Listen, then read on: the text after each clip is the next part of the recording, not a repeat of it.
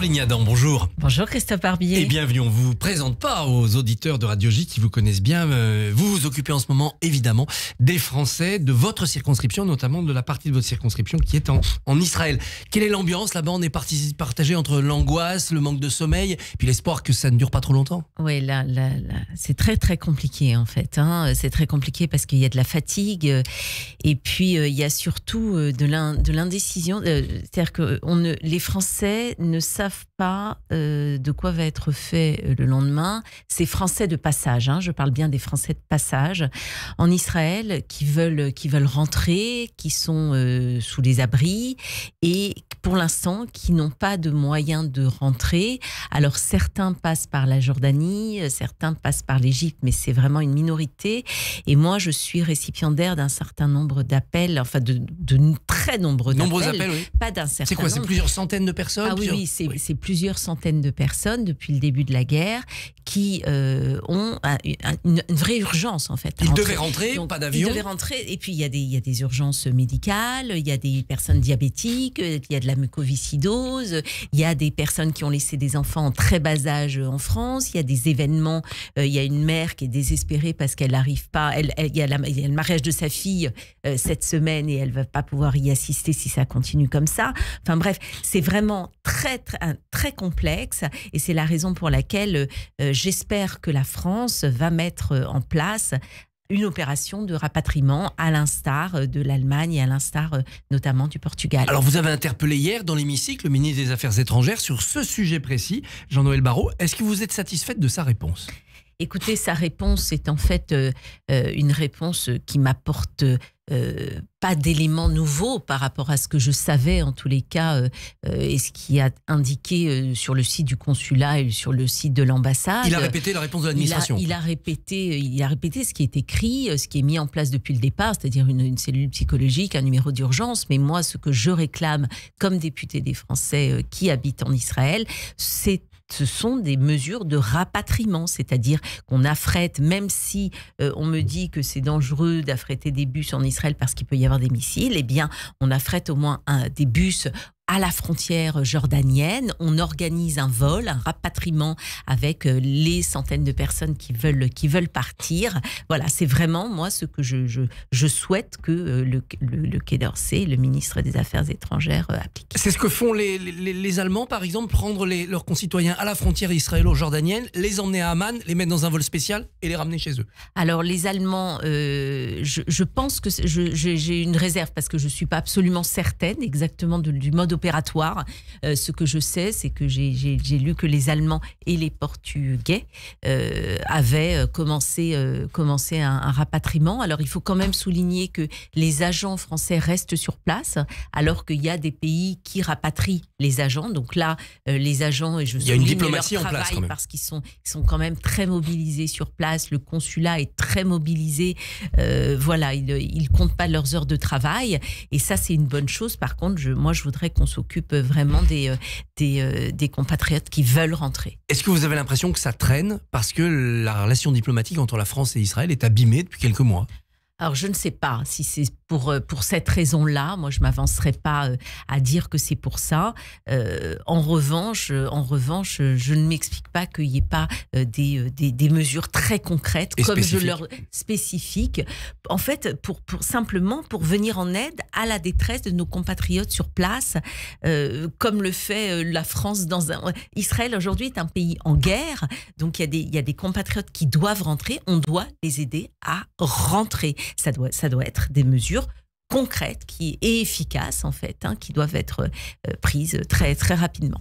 Alors hier, dans votre question à Jean-Noël Barrot, vous avez aussi tout un préliminaire qui était un préliminaire politique, où notamment vous dénoncez l'attitude de la France insoumise et d'une partie de la gauche radicale qui passerait d'un soutien quasi explicite au Hamas à un soutien quasi déclaré au Mollah d'Iran.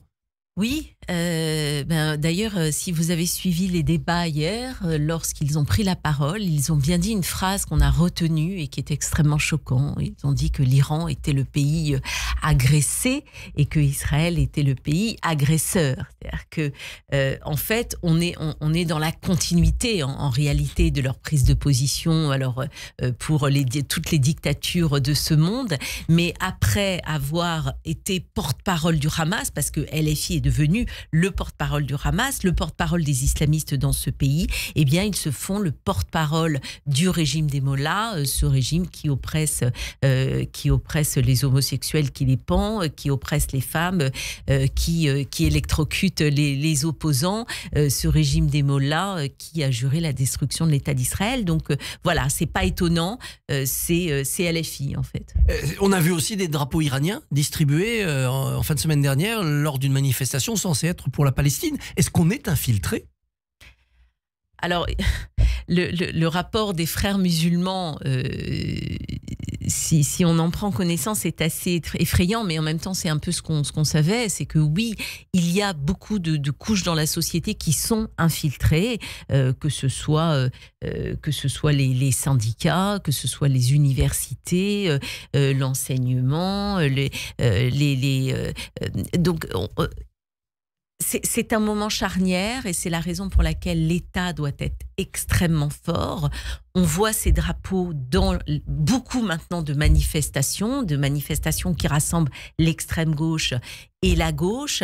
Et c'est pour ça que LFI fait beaucoup de mal à notre République, parce que cette infiltration de l'islamisme politique, évidemment, qui n'est pas l'infiltration des musulmans dans leur ensemble, et l'ensemble des musulmans, je ne suis pas certaine, loin s'en faut, qu'ils apprécient l'islamisme politique, mais en tout état de cause, ce que cherche aujourd'hui l'extrême gauche dans notre pays, c'est de faire en sorte que cet islamisme-là devienne le discours ambiant et devienne quelque chose de tout à fait acceptable. Le groupe Les Républicains à l'Assemblée, présidé par Laurent Wauquiez, veut une commission d'enquête sur les liens entre ces groupes politiques et les réseaux islamistes. Cette commission d'enquête, elle a été récusée une première fois.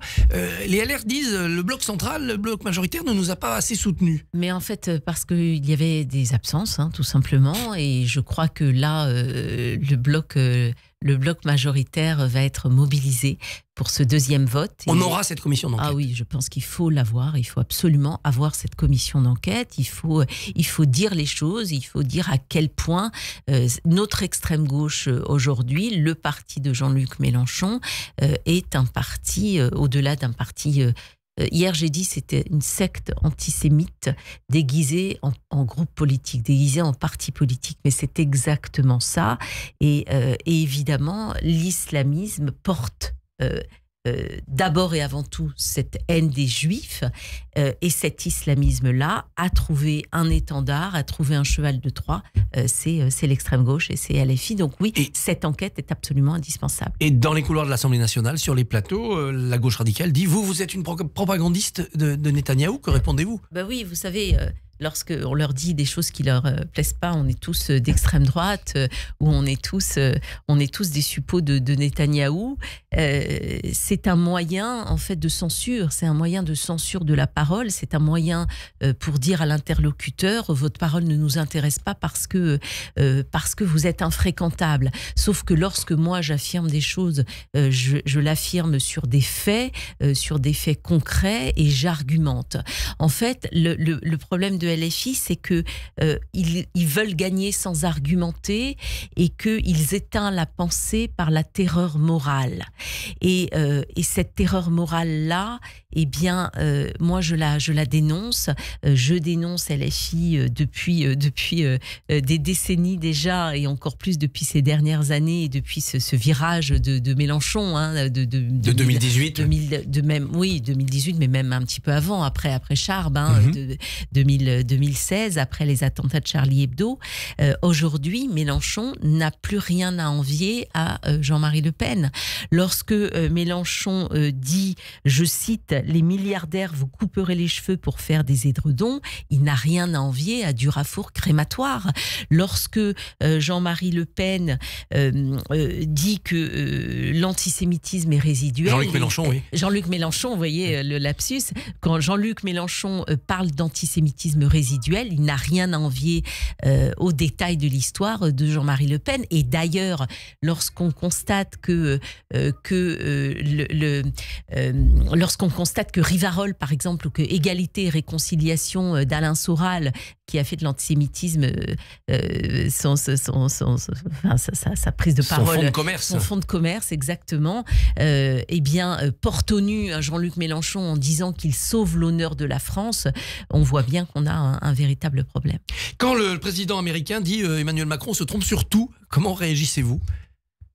Vous qui n'êtes pas d'accord toujours avec Emmanuel Macron sur ses positions vis-à-vis d'Israël. Je ne sais pas si Emmanuel Macron se trompe sur tout. Ce que je sais, c'est que, à mon sens, la France doit soutenir Israël encore plus aujourd'hui.